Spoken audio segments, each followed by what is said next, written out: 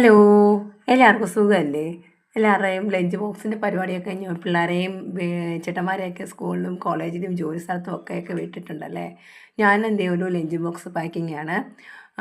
ഇത് ആങ്ങളയ്ക്ക് വേണ്ട കേട്ടോ. എൻ്റെ ബ്രദർ കോളേജിൽ പോകുന്ന സമയത്തേക്ക് അവന് വേണ്ടിയിട്ട് ചോറും കറിയും ഉണ്ടാക്കി വെച്ചതാണ്. അങ്ങനെ അമ്മ സ്ഥലത്തില്ല, അമ്മ വീട്ടിലല്ല താമസിക്കുന്നത്, ജോലിക്ക് പോയിരിക്കുക. അപ്പോൾ രാവിലെ ഞാൻ എൻ്റെ ചോറും കറിയെല്ലാം വെച്ചു.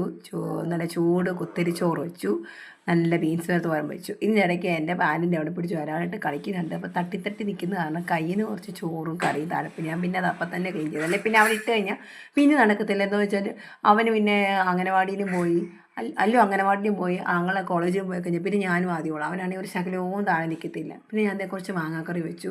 പിന്നെ ഞാൻ വെച്ചത് വച്ചിരുമുളക് ചമ്മന്തി കേട്ടോ. ഈ ഒരു കറി ഉണ്ടെങ്കിൽ പിന്നെ എൻ്റെ ഒരു സ്വർഗ്ഗം.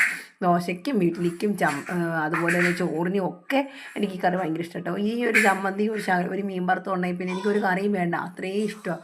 അങ്ങനെ ഞാൻ മുളക് ചമ്മന്തിയും കിളിമീൻ വറുത്തും വെച്ചു. എന്നാൽ രാത്രി കിളിമീനെല്ലാം വെട്ടി കഴുകിയെല്ലാം പുരട്ടി വെച്ചിട്ടുണ്ടായിരുന്നു. അതുകൊണ്ട് രാവിലെ അത് വറക്കാൻ എളുപ്പമായിരുന്നു കേട്ടോ. പിന്നെ നമുക്ക് ഒഴിക്കാനായിട്ടുണ്ടായിരുന്നത് മോര് കറിയായിരുന്നു.